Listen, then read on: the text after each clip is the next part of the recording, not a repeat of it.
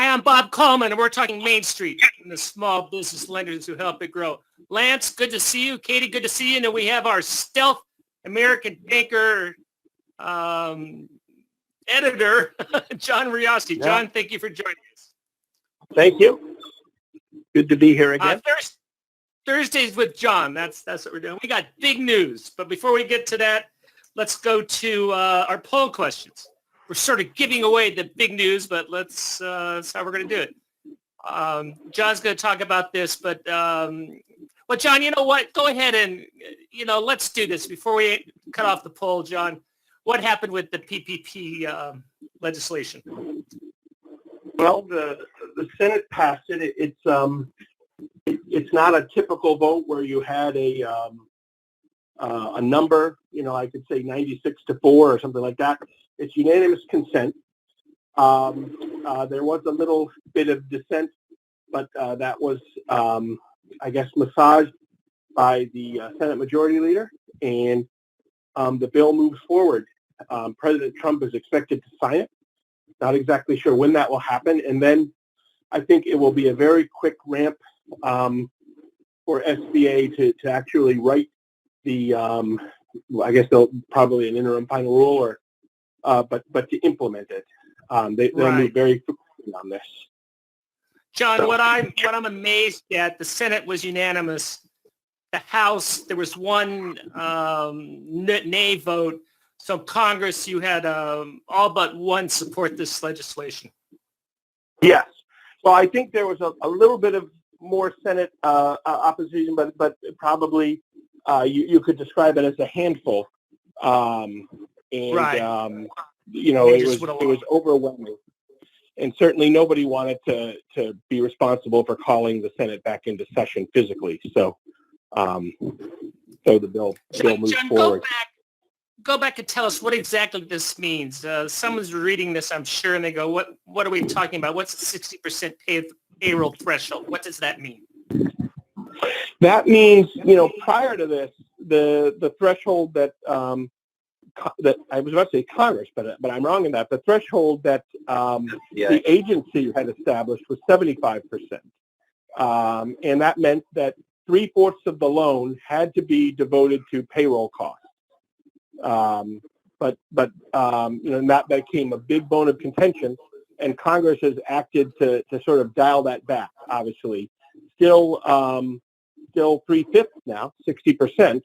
So it's still a substantially a payroll protection bill, but it's just it gives a little bit more flexibility for businesses that wanted to or needed to apply some of the money to non-personnel I'm with costs. 91% who support it, Lance. If you don't have electricity, if you don't have phones, you don't have garbage removal service, you don't have vendors delivering stuff, you're not in business. Well, and the changes in the Flexibility Act, the two big ones that I think impact small business owners, particularly restaurants, hair salons, and other businesses that have been shuttered, is extending the covered period to 24 weeks. So extending the covered period to 24 weeks gives them more time. You're going off script on me, Lance. Oh, I'm sorry. I probably got the next poll question covered. You got the next poll question. Go ahead. Give us your opinion. Go ahead. That in the percentage on payroll. Now, I would have loved to have seen the percentage on payroll even lower than 60%, because a business that is closed probably will have difficulty spending 60%. But I think those two changes would make a big difference. Well, Lance teed this one up. There we go, 95%. I set the title as on the golf tee for you. I just asked you to take the driver out, put it down the middle. John, again, give us a 101 on this. What do we mean by we're extending the covered period to 24 weeks? First of all, it was 8 weeks, correct? It was 8 weeks. So what that means is, as I'm sure everyone knows, you have longer now to expend the money. But there's a little bit of a caveat to this.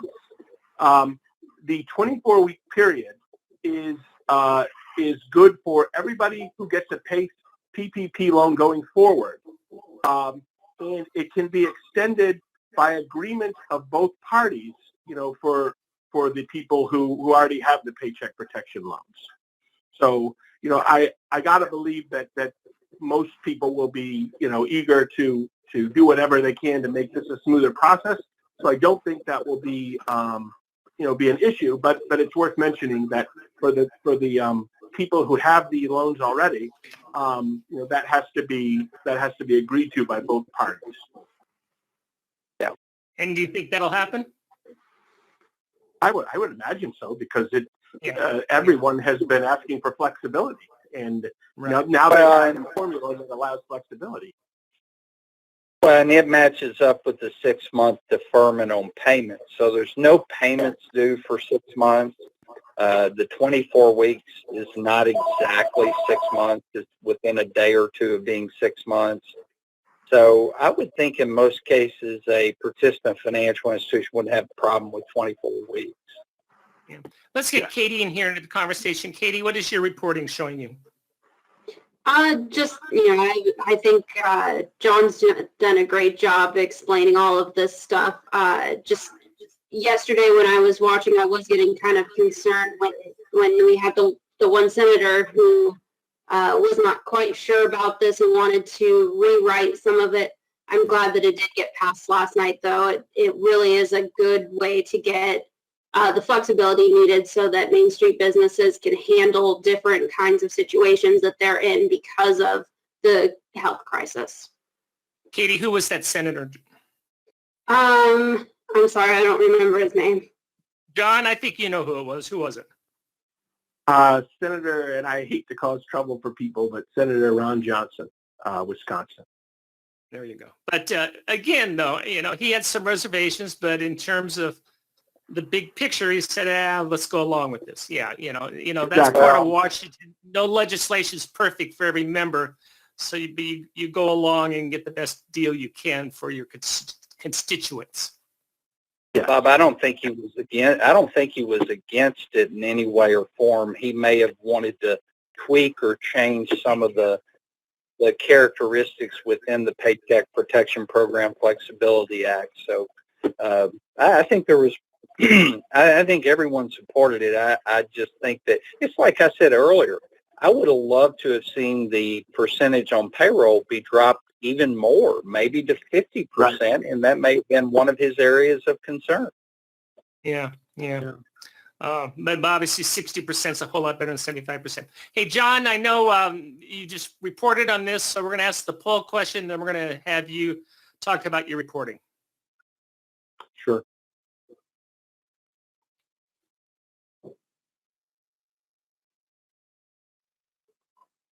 There you go. Go ahead, John. What are you reporting these days? What am I reporting? Well, we're getting ready tomorrow, another sort of Paycheck Protection Program story, looking at, banks that are still big time in paycheck protection lending, still out there making loans. And the thing that surprised me in talking to one of them, and I won't devote too much of the story, but the banker I was talking to said they're doing loans as little as $4,000. He said, we did a $4,000 loan. And if you do the math on that, even though the fee sounds substantial in percentage terms, it works out to a few $100s. And he was saying that the documents and the other administrative fees, will quickly eat that up. So, right. Essentially they're doing that for cost or for a small loss, but they believe ultimately down the line, it will benefit their business just by adding brand equity, goodwill, and hopefully a new client. Very good. Thank you for that. Let's see. Katie, where are we on numbers? So we got a little bit of an update last week on, there we go. We got a little bit of an update last week on our numbers, and they finally released the full summary of PPP approval lending. We have the list of the lending sizes and how many loans they have done and the amounts. Again, we're seeing the smaller lenders are starting to take over, which was the intent of the second round of PPP. What I find amazing, John, I don't know if you're going to follow up on this, but by my analysis, there's about, 1,500 lenders who are active in SBA. When I say active, that means they've made more than 5 loans or more. Here we have 5,000. Right. That's a huge increase, isn't it, John? It is a huge increase, and I think it bodes well for regular SBA going forward, because a lot of those lenders will stick around. You just, by the numbers, you have to assume that a lot of them, now that they have this experience under their belt, will want to stay in SBA lending. And obviously, the economy is a little bit obviously in distress, so SBA lending will be very important, I would imagine, over the next few years, so 7A lending. But I did talk to some bankers who had the opposite experience. They were still relatively new to SBA. They were not big SBA lenders at all, and now that they've been turned off just by the difficulties that they encountered. So, right. But you look at these numbers. We're 4.5 million loans, $510 billion. I mean, John, if you and I had sat down 2 months ago and you said, Bob, these are the numbers, I would have had you committed. Yeah, but you know what? It's very interesting. It's enormous what the industry has done, and by and large, the banks have carried the heavy water, but credit unions, a lot of credit unions as well. One interesting thing about the numbers, Bob, and you may have noticed this too, if you go back to one of their earlier updates, I went back to May 16th, the approved dollars was at $513.3 billion. And as of May 30th, it was at $510.2 billion, and it went up. As of today, they have the less detailed amount today. It's at $510.6 billion. But it seems like I just would imagine a lot of money was returned, but I kind of think that's going to change now that a lot more certainty and a lot more flexibility has been added to the program. Hey, John, go ahead, Lance. You wanted to jump in. Part of the money actually available, the extended money decreasing and the availability increasing, are canceled loans.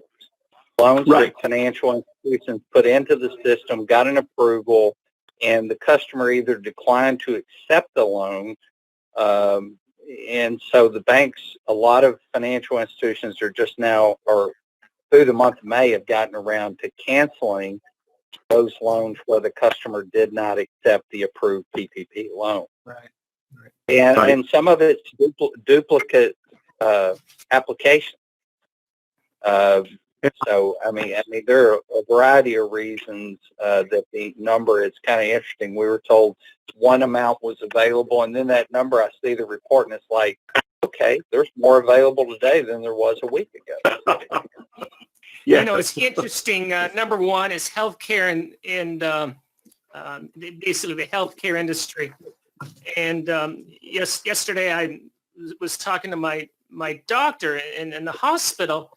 They were saying their numbers are down, and this is a major hospital in Southern California, and their numbers are down. And she said the reason was, and I didn't even think about it, is that all these people have lost their job, and they've lost their health insurance, which means they're not taking advantage of that. And so all the hospital numbers are down.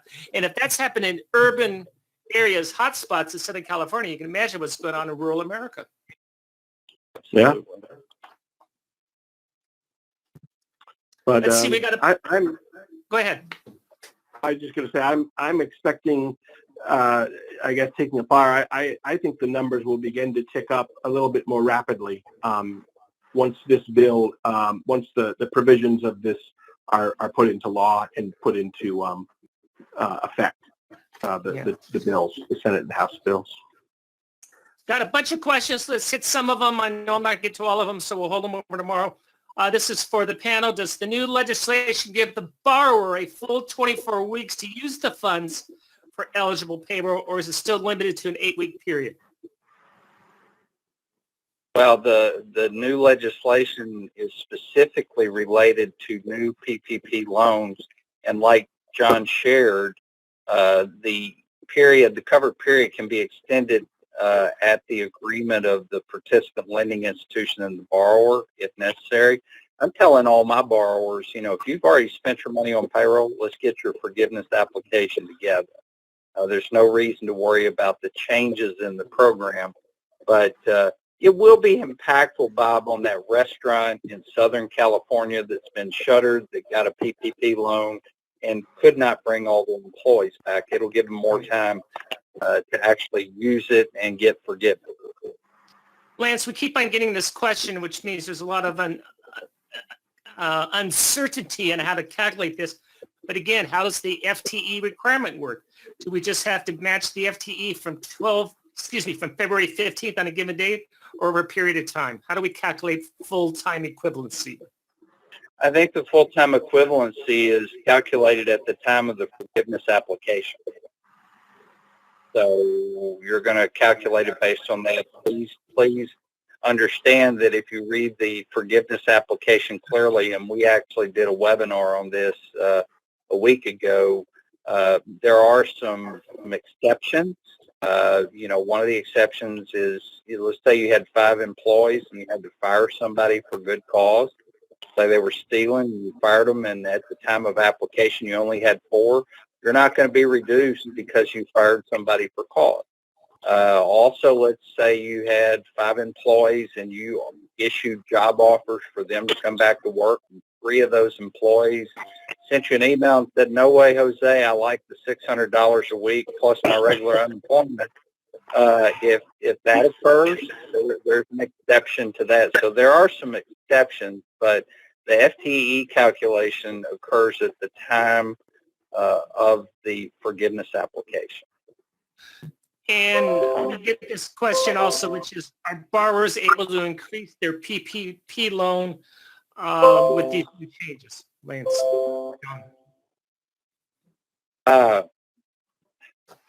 There are some provisions where PPP loans can be increased if new payroll information is indicated.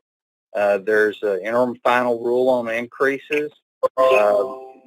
Bob, I'm not the expert on increases because I haven't considered it that much, but part of the reason they issued this IFR on increases is a lot of sole proprietors and contractors didn't fully understand how to calculate their payroll or calculate the amount that was eligible. So those can still be increased as long as you follow the rules in the interim final rule. We have 2 more questions. These other ones I'll hold over till tomorrow, and these are both for John. Can you explain more specifically how PPP funds could be used for vandalized businesses? And I guess what I want to know, what happens if they already have a PPP loan? How will that logistically work, John? Well, right now, that was all speculative. That was the banker I talked to in that story, and I'm glad that questionnaire read the story. But they're asking their lobby, I guess, or just inquiring of their representatives, can something with the remaining PPP funds, can some money be allocated? Can some formula be arrived at where this can help us? It can help businesses that were impacted. And this banker was in Minneapolis, and certainly there were a lot of businesses impacted by what happened there. But right now, that is very speculative. That was a conversation we had Monday morning. So fair enough. That's a fair answer. Yeah, a lot of this stuff we're still waiting for guidance. Finally, and I love this question. Any chance the Express Guarantee 7A Express Guarantee program will be increased from 50% to 90%? Well, do they mean after right now? I think it's increased through the rest of the year. But to $1 million, yeah. I guess that's the loan size. I'm sorry.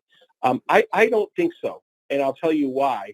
I've talked with SBA officials before, and one of the reasons they're pushing an increase in the loan size for SBA Express is because it has the lower guarantee, and so that Right. it's for them it's a credit issue. They move money from regular 7A at 75 or 85% guarantee, into SBA Express.